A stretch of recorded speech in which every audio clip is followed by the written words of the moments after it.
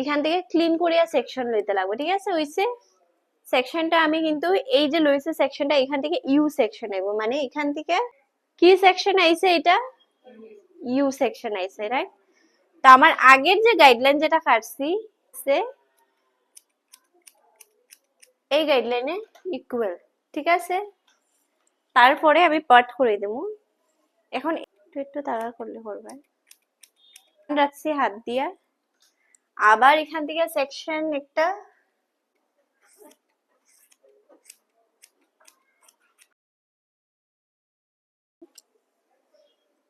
আনিয়া